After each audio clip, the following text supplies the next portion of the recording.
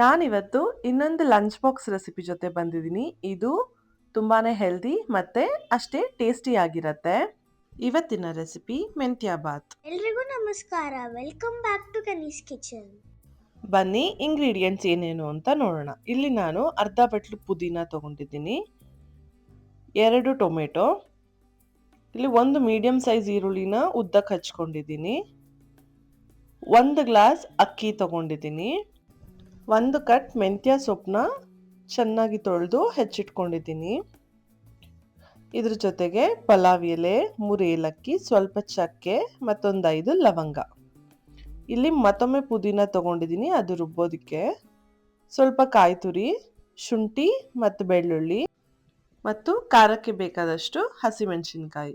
ಇಷ್ಟೇ ಇದಕ್ಕೆ ಬೇಕಾಗಿರೋ ಮೇನ್ ಇಂಗ್ರೀಡಿಯೆಂಟ್ಸ್. ಇವಾಗ ಇದಕ್ಕೆ ಮಸಾಲೆ ರೆಡಿ ಮಾಡ್ಕೊಳ್ಳೋಣ. ಇಲ್ಲಿ ನಾನೊಂದು ಮಿಕ್ಸರ್ ಜಾರ್ಗೆ ತೆಂಗಿನಕಾಯಿ ತುರಿ,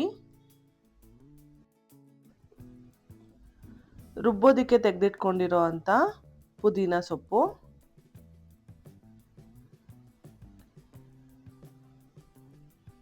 ಶುಂಠಿ ಬೆಳ್ಳುಳ್ಳಿ,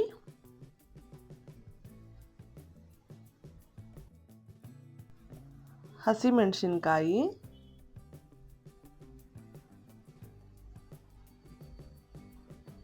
ಚಕ್ಕೆ, 1 ಏಲಕ್ಕಿ, 2 ಲವಂಗ. ಇದ್ರ ಜೊತೆಗೆ ಸ್ವಲ್ಪ ನೀರು ಹಾಕೊಂಡು ಇದನ್ನ ರುಬ್ಕೋಬೇಕಾಗತ್ತೆ. ಇಲ್ಲಿ ನಾನು ಕಾಯಿ ಯೂಸ್ ಮಾಡಿದ್ದೀನಿ. ಕಾಯಿ ಯೂಸ್ ಮಾಡದೇನು ಮತ್ತೊಂದು ಥರ ಮೆಂತ್ಯ ಪಲಾವ್ ಮಾಡ್ಬೋದು. ಅದನ್ನ ಮತ್ತೊಂದು ದಿವಸ ತೋರಿಸ್ತೀನಿ. ಈಗ ನೋಡ್ಬೋದು ಇದು ನೀಟಾಗಿ ರುಬ್ಬಿದೆ. ಇವಾಗ ಈ ಮಸಾಲೆ ರೆಡಿ ಆಗಿದೆ. ನಾವೀಗ ಒಗ್ಗರಣೆ ಹಾಕೊಳ್ಳೋಣ.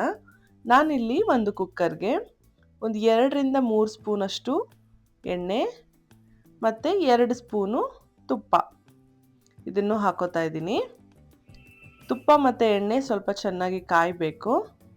ಇದು ಕಾದಾದ್ಮೇಲೆ ಇದಕ್ಕೆ ನಾವೀಗ ಮಸಾಲೆ ಐಟಮ್ಗಳನ್ನ ಹಾಕೊಳ್ಳೋಣ. ನೀವಿಲ್ಲಿ ನೋಡ್ಬೋದು ನಾನು ಏಲಕ್ಕಿ, ಪಲಾವ್ ಎಲೆ, ಚಕ್ಕೆ, ಲವಂಗನ ಹಾಕೋತಾ ಇದ್ದೀನಿ. ಇದು ಸ್ವಲ್ಪ ಫ್ರೈ ಆದಮೇಲೆ ಈಗ ಈರುಳ್ಳಿ ಹಾಕೊಳ್ಳೋಣ. ಈರುಳ್ಳಿನ ಸ್ವಲ್ಪ ಬಾಡಿಸ್ಕೋಬೇಕು. ಇದೊಂದು ಸ್ವಲ್ಪ ಫ್ರೈ ಆದಮೇಲೆ ಅಂದರೆ ಟ್ರಾನ್ಸ್ಪರೆಂಟ್ ಕಲರ್ ಆದಮೇಲೆ ನಾವೀಗ ಇದಕ್ಕೆ ಪುದೀನ ಸೊಪ್ಪು ಹಾಕೋತಾ ಇದ್ದೀವಿ.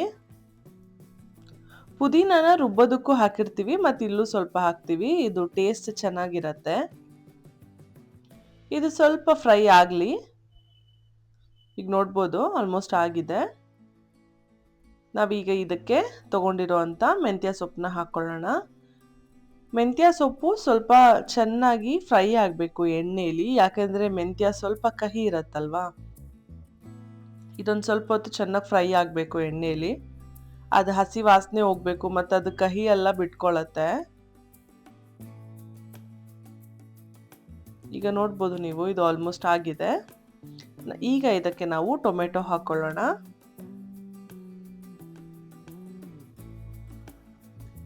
ಟೊಮೆಟೊನ 1 ನಿಮಿಷದವರೆಗೂ ಬಾಡಿಸ್ಕೋಬೇಕು. ಇದು ಚೆನ್ನಾಗಿ ಫ್ರೈ ಆಗಬೇಕು. ಟೊಮೆಟೊ ಎಲ್ಲ ಮೆತ್ತಗಾದ್ಮೇಲೆ ನಾವು ರುಬ್ಬಿರೋ ಅಂಥ ಮಸಾಲೆನ ಇದಕ್ಕೆ ಆ್ಯಡ್ ಮಾಡ್ಕೊಳ್ಳೋಣ. ಅದೇ ಜಾರಿಗೆ ಸ್ವಲ್ಪ ನೀರು ಹಾಕ್ಕೊಂಡು ನಾನು ಆ್ಯಡ್ ಮಾಡ್ಕೊಂಡಿದ್ದೀನಿ. ಈಗ ನಾವಿದನ್ನು 2 ನಿಮಿಷದವರೆಗೂ ಬೇಯೋದಕ್ಕೆ ಬಿಡೋಣ. ಇದು ಬೆಂದ ಮೇಲೆ ಸೈಡಲ್ಲೆಲ್ಲ ಎಣ್ಣೆ ಬಿಟ್ಕೊಳ್ಳುತ್ತೆ. ಸೊ ಇಲ್ಲಿ ನಾನು 2 ಗ್ಲಾಸ್ ನೀರು ಹಾಕೋತಿದ್ದೀನಿ. ನಾನು ಆಗಲೇ ಹೇಳ್ದಂಗೆ 1 ಗ್ಲಾಸ್ ಅಕ್ಕಿಗೆ 2 ಗ್ಲಾಸ್ ನೀರು ಹಾಕ್ಕೊಂಡಿದ್ದೀನಿ ಮತ್ತು ರುಚಿಗೆ ತಕ್ಕಷ್ಟು ಉಪ್ಪು ಹಾಕ್ಕೊಂಡಿದ್ದೀನಿ. ಈಗ ಇದು ಚೆನ್ನಾಗಿ ಬೇಯ್ತಾ ಇದೆ. ಇದು ಇಷ್ಟು ಕುದಿ ಬಂದರೆ ಸಾಕು. ನಾವೀಗ ಇದಕ್ಕೆ ತೊಳೆದಿರೋ ಅಂಥ ಅಕ್ಕಿನ ಆ್ಯಡ್ ಮಾಡ್ಕೊಳ್ಳೋಣ. ನೀವಿಲ್ಲಿ ಬಾಸುಮತಿ ಅಕ್ಕಿ ಕೂಡ ಯೂಸ್ ಮಾಡ್ಕೋಬೋದು. ನಾನಿಲ್ಲಿ ನಾರ್ಮಲ್ ಸೋನಾ ಮಸೂರಿ ಅಕ್ಕಿ ಯೂಸ್ ಮಾಡಿದ್ದೀನಿ.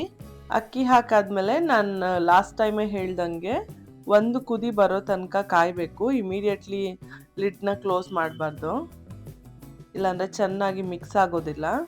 ಮಕ್ಕಳಿಗೆ ಸೊಪ್ಪು ತರಕಾರಿ ಎಲ್ಲ ತಿನ್ಸೋದು ತುಂಬ ಕಷ್ಟ. ಈ ಥರ ರೆಸಿಪಿ ಮಾಡಿದ್ರೆ ಅವ್ರಿಗೆ ಗೊತ್ತೂ ಆಗೋದಿಲ್ಲ ನಾವು ಇದಕ್ಕೆ ಸೊಪ್ಪೆಲ್ಲ ಹಾಕಿದ್ದೀವಿ ಅಂತ. ಟೇಸ್ಟಿ ಆಗಿರೋದ್ರಿಂದ ಆರಾಮಾಗಿ ತಿಂತಾರೆ. ಲಂಚ್ ಬಾಕ್ಸಿಗೆ ಇದೊಂದು ಒಳ್ಳೆ ರೆಸಿಪಿ. ಇದನ್ನ ಡಿನ್ನರ್ಗೂ ಕೂಡ ಮಾಡ್ಕೋಬೋದು. ಸೊ ಈಗ ನೋಡ್ಬೋದು ಇದು ಆಲ್ಮೋಸ್ಟ್ ಆಗಿದೆ, ಚೆನ್ನಾಗಿ ಕುದ್ದಿದೆ ಕೂಡ. ನಾವೀಗ ಇದ್ರದ್ದು ಕುಕ್ಕರ್ ಲಿಡ್ನ ಕ್ಲೋಸ್ ಮಾಡ್ಕೊಳ್ಳೋಣ. ಮೀಡಿಯಂ ಫ್ಲೇಮ್ನಲ್ಲಿ ಇಟ್ಕೊಂಡು 2 ವಿಷಲ್ ತಗೊಂಡ್ರೆ ಸಾಕು, ರೈಸ್ ಆಗಿರತ್ತೆ.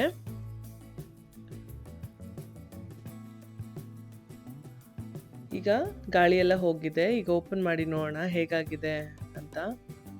ನೋಡ್ಬೋದು ಎಷ್ಟು ಚೆನ್ನಾಗಿ ಕಾಣ್ತಿದೆ. ಈಗ ಇದನ್ನು ನಾನು ಸರ್ವ್ ಮಾಡ್ಕೊತಿದ್ದೀನಿ. ನಾನು ಇದ್ರ ಜೊತೆಗೆ ರಾಯ್ತ ಮಾಡ್ಕೊಂಡಿದ್ದೆ. ರಾಯ್ತ ಒಳ್ಳೆ ಕಾಂಬಿನೇಷನ್ ಇದ್ರ ಜೊತೆಗೆ. ಸೊ ನೀವು ಕೂಡ ಟ್ರೈ ಮಾಡಿ ಮನೇಲಿ ಒಂದ್ಸತಿ, ಹೇಗೆ ಬಂತು ಅಂತ ಕಮೆಂಟ್ ಮಾಡಿ. ಈ ವಿಡಿಯೋ ಇಷ್ಟ ಆಗಿದ್ದಲ್ಲಿ ಲೈಕ್ ಮಾಡಿ. ಮತ್ತಷ್ಟು ಲಂಚ್ ಬಾಕ್ಸ್ ರೆಸಿಪೀಸ್ಗಾಗಿ ನಮ್ಮ ಚಾನೆಲ್ನ ಸಬ್ಸ್ಕ್ರೈಬ್ ಮಾಡ್ಕೊಳ್ಳಿ. Thank you.